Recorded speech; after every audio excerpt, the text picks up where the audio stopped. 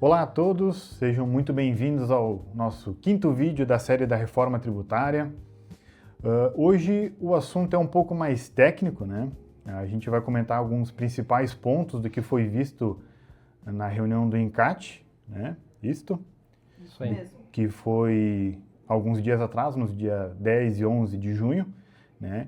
E para deixar isso bem mastigado aqui para vocês, para que a gente possa trazer o maior conteúdo possível no menor tempo, eu estou aqui com o Márcio, nosso PO, que apareceu nos outros vídeos da nossa série, e também hoje tem a participação do nosso jurídico, que é a Diana, a nos ajudar a esmiuçar esse conteúdo que foi visto nessa reunião. Sejam muito bem-vindos a esse vídeo.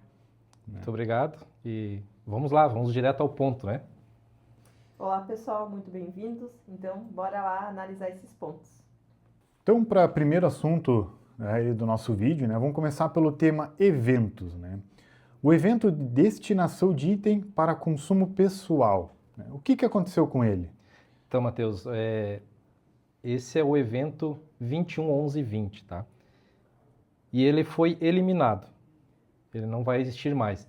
Só que a pergunta que ficou, então, é como vai ficar o ajuste da apuração assistida quando o fornecedor destacar o IBS, né, e CBS no faturamento, mas aí o adquirente for classificar a nota como destino, como uso ou consumo pessoal. O entendimento coletivo lá da reunião foi que esse evento ele vai ser substituído por outro, né, que vai constar na próxima versão da nota técnica. E essas novas notas técnicas, né, quando serão publicadas? Então, Matheus, a gente não tem essa definição ainda, elas estão sendo elaboradas ainda. Certo. Então, aguardar as novidades, né, sobre esse assunto. Vamos acompanhar os próximos eventos, então, né? É isso aí. mesmo. Sobre essa reunião, eu imagino que deve ter sido comentado sobre mais eventos, né? Mas a gente, então, não pode trazer, então, para esse vídeo. Mas eu imagino que deve ter sido também comentado sobre a questão do CFOP inverso, né?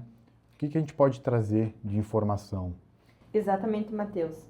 Aliás, o inciso 3º da cláusula 4ª do ajuste SINEF 49 de 2025, ele determina o uso do CFOP inverso para nota fiscal de crédito em situações de redução de valores. O problema é que essa regra de validação I08144 impede essa validação e ainda retorna o erro 328. E enquanto isso não é corrigido, né, tem uma orientação prática para isso, então, que é usar o CFOP de outras entradas de mercadoria ou prestação de serviço não especificada. Isso já está, né, previsto no próprio ajuste. E o ponto mais importante é que diante dessas divergências, né, essas inconsistências, as empresas elas decidiram solicitar, então, por meio de algum ofício, a postergação dessa implementação, ou seja, desse ajuste. Além disso, buscamos, né, promover um alinhamento mais efetivo por meio da criação também de um grupo. Esse grupo ele vai ter um trabalho específico reunindo representantes tanto do fisco e das empresas para aprimorar, para discutir essa implementação. Vamos ver aí, então, os próximos passos em relação a esse assunto. Certo, né? E a questão sobre o imposto seletivo, INCM, teve algum exemplo, algo prático, né? Bom, teve sim um ótimo exemplo até para ilustrar esse problema.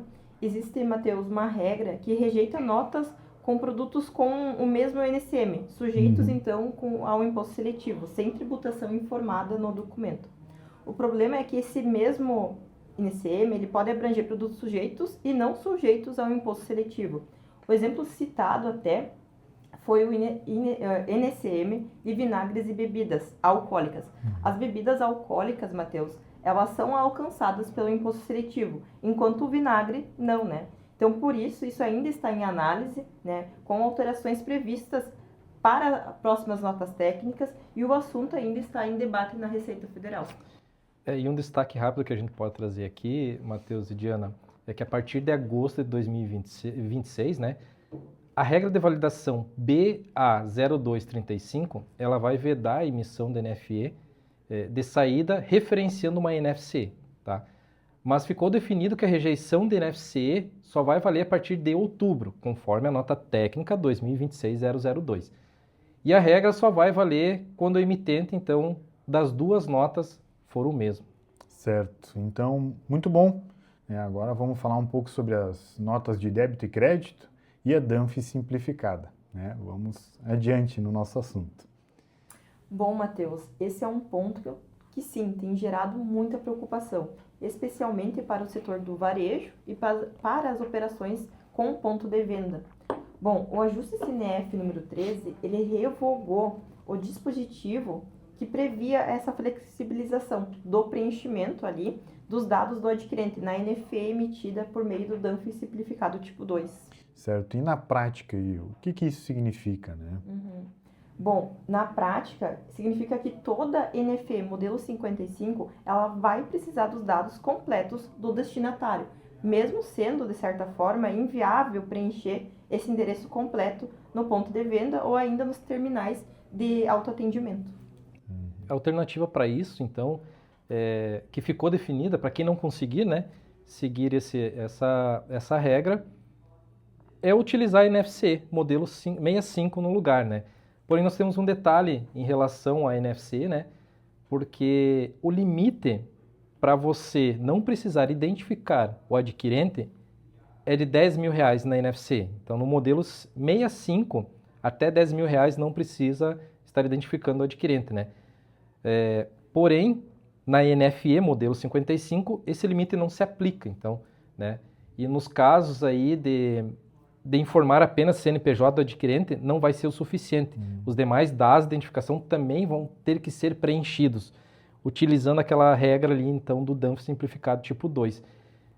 Para isso também foi definido um novo status do documento. Hoje nós temos o status 100, que indica um documento autorizado.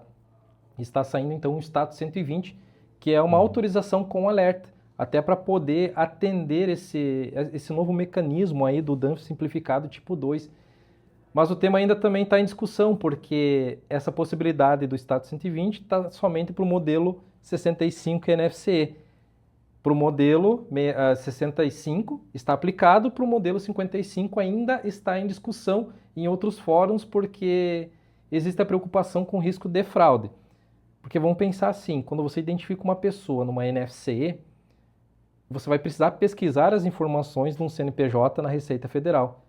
E pode acontecer desse CNPJ não estar legal, não estar com alguma inadimplência lá também, e aí precisa ter essa visão. Então, está em discussão ainda o CESTAT 120 para aplicação nesse modelo de documento, para então poder ter a aplicação do DANF simplificado tipo 2 aí na sua totalidade.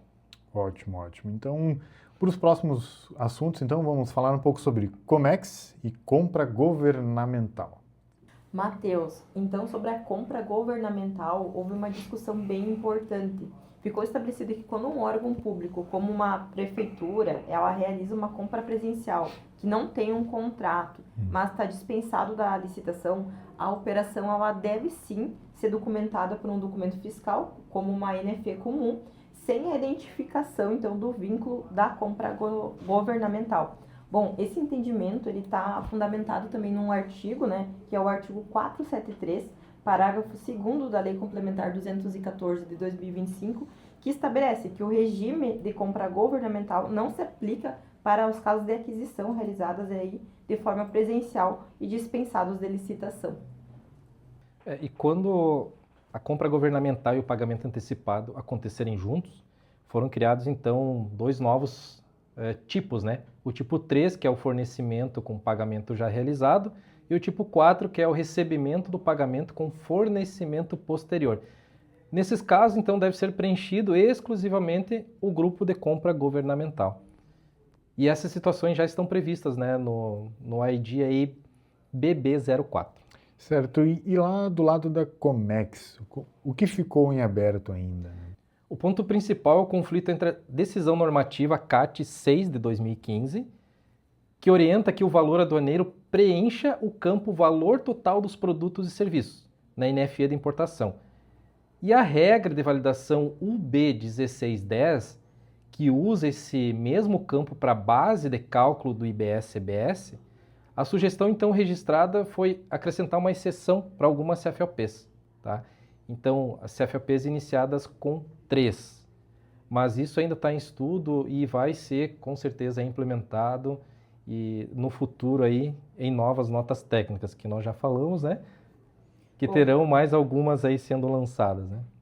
Bom, Márcio, e outro ponto sobre Comex, a tabela Seclastrib aglutina Drawback e Recoff sobre o mesmo código, o 550007. Bom, foi solicitada a criação de códigos específicos para cada regime, para facilitar os controles. E ainda assim, esse tema ele ainda vai ser encaminhado ao grupo de Comex. Muito bom, então vamos fechar esse vídeo falando um pouquinho sobre o Split Payment, Simples Nacional e o tema da monofásica. Sobre o recolhimento de IBS e CBS pelo adquirente, né, ficou confirmado então que o Split Payment e o RAD estão previstos para todas as operações, tá? Apesar dos avanços, ainda existem definições pendentes em relação ao Simples Nacional. Um dos principais pontos é esclarecer se o Split Payment será aplicado às empresas enquadradas no Simples, em sua forma integral, ou apenas as que optarem pelo modelo híbrido, né? E além disso, o formato da guia de recolhimento, o DAS, né, também permanece em discussão. A definição vai depender do regime adotado pela empresa, se permanecer integralmente no Simples Nacional ou se optar pelo modelo híbrido. Tudo em discussão ainda, sem definições nesse ponto. Certo, Márcio. Teve alguma solicitação das empresas sobre a tributação monofásica de combustíveis? Bom, Matheus, sim, esse ponto é um ponto de bastante atenção para as empresas, porque a Lei Complementar 214 de 2025, no artigo 348, inciso 3, a linha B, é clara ao dizer que não haveria tributação de combustíveis em 2026.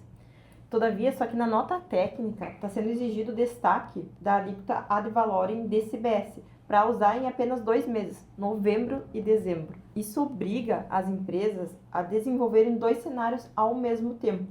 Um cenário, então, para agora, em 2026, nesses 2 meses, e outro para janeiro de 2027. Isso aumenta o custo, então, e também a complexidade de desenvolvimento para algo que, de certa forma, não tem aplicabilidade real para o fisco em 2026, né? Porque 2026 sim, deveria ser, digamos assim, o período de teste. E uma sugestão, então, que as empresas deixaram, né, foi utilizar do campo ali, né, 324.84, conhecido como UB84, deixar ele como opcional. E aí, então, eliminar a regra de validação 1259. Por enquanto, a resposta foi que o tema vai ser analisado. Então, a sugestão das empresas foi dada para evitar toda essa situação aí de desenvolvimento paralelo, né? 2026 e já desenvolvimento em 2027, como a Diana trouxe para nós. Certo, muito bom, bem relevante esses pontos. Importante para quem trabalha, então, com combustíveis, né? Então, para fechar esse vídeo, vamos para uma rodada rápida, né? Com temas que ficaram, vamos dizer assim, em definição, sem prazo ainda definido, né? O primeiro seria o novo layout da DANF, né, contemplando IBS, CBS e IS. Né? Ainda não foi publicado e não tem um prazo ainda definido. O segundo ponto é sobre a nota técnica 2025-002, a versão 1.40. Né? Foi publicada em 20 de maio de 2026, mas o esquema XSD, né, correspondente ainda não foi atualizado, né? Também sem prazo de publicação informada. O terceiro ponto seria sobre o imposto seletivo na Zona Franca de Manaus. A Receita Federal deverá ainda publicar, né, a lista de alíquotas de IPI que ficaram com a tributação lá na Zona Franca. Bom, Matheus, e ainda a gente teria um outro ajuste importante sobre o fato gerador do IBS. Existia antes uma divergência, a cartilha ela considerava a ordem, né, a data de entrega, depois a data de saída e depois a data de emissão. Mas o regulamento do IBS, ele considera somente a data de entrega e depois a data, então, de emissão. Bom, desse ponto ficou confirmado que o regulamento, ele ainda vai ser corrigido numa próxima versão para refletir melhor esse entendimento. Certo. E do lado prático, o recado que eu deixo é que fiquem de olho, acompanhem a Migrate nas redes sociais, porque nós vamos trazer as informações sobre as novas notas técnicas que serão lançadas, né? E aqui a gente coloca no plural porque a gente sabe que serão mais de uma, né? Porque vários eventos e regras ainda vão mudar. Então, 2026 ainda está em mudança E nós estamos com certeza de olho, acompanhando tudo, para que a gente possa trazer, né, ao nosso cliente, ao nosso parceiro aí, todas as informações, para que quando virar a reforma tributária de verdade em 2027, todos possam ter uma virada saudável e seus clientes continuarem emitindo os documentos. Perfeito, Márcio. Bom, e do lado do jurídico, até para trazer para vocês, o recado é que muita coisa ainda, sim, depende de normatização, de regulamentação. Existem fóruns específicos ainda em andamento, mas que não seja tratado todas as questões aqui que a gente traz como definições provisórias, né, ou como regra fechada. Porque, embora, todavia, 2026 seja dominado pelo fisco como um período de teste, as empresas, né, elas precisam se antecipar, se preparar para o que vai chegar, né, para o que vai acontecer e se preparar para o que vem para 2027, como obrigatoriedade. Bem como, né, estar atenta, se preparar para a obrigatoriedade que vem aí agosto de 2026. Certo? Então, pessoal, muito obrigado pela participação de hoje. A gente trouxe um resumo, né, vamos dizer assim, um resumo do que foi falado na reunião do INCAT, que o Márcio e a Diana tiveram presente agora em junho, né? E se tiver novidades aí para os próximos dias e os assuntos forem avançando, né, tragam para a gente que a gente vai estar trazendo em vídeo, talvez esteja um vídeo bônus aí sobre alguns assuntos, né? E fica aqui o nosso agradecimento, né, de trazer para a gente aí esses assuntos, que é muito importante que os nossos clientes, os nossos parceiros estejam bem informados de todas essas mudanças que estão acontecendo, não só pela reforma tributária, mas todo o cenário de adequações que tem que ser feito, tanto para a RP, a parte do corporativo, né? E fica aqui o nosso agradecimento, né? Muito obrigado, Márcio, muito obrigado, Diana. Obrigado, Matheus, pela oportunidade de a gente poder estar trazendo tudo aquilo que a gente está vivendo, né? É um pouco de tudo aquilo que nós estamos vivenciando no nosso dia a dia, no que nós estamos acompanhando. E eu peço aí que o pessoal olhe para esses vídeos com carinho, acompanhe, né, as nossas redes sociais, porque nós estamos também disponibilizando um tempo nosso para conseguir antecipar qualquer tipo de problema para os nossos clientes e os nossos parceiros, né? Então, se tiver alguma dúvida sobre algum conteúdo que foi falado nesse vídeo hoje, não deixe de nos contatar, comente no vídeo, nos chame nas redes sociais, que com certeza a gente vai estar respondendo mais aprofundado sobre os assuntos que nós tratamos hoje. O resumo é para dizer para vocês, tudo isso está acontecendo em 2026 e o tempo de homologação está acabando também. Estamos indo para a produção, né? Então fica o meu agradecimento e meu abraço a todos e o meu desejo de conformidade nos seus sistemas.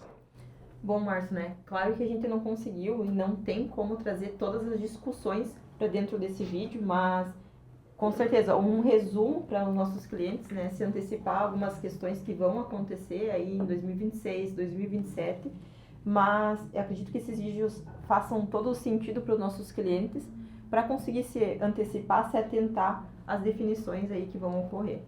Muito obrigada pela participação de vocês, né? Obrigado pelo convite e até a próxima. Um abraço a todos. Certo, muito obrigado, e para quem ainda não assistiu os vídeos anteriores, vai estar aqui embaixo o link da playlist para estar acompanhando e também estar por dentro aí desses assuntos sobre a reforma tributária. Muito obrigado e até o próximo vídeo.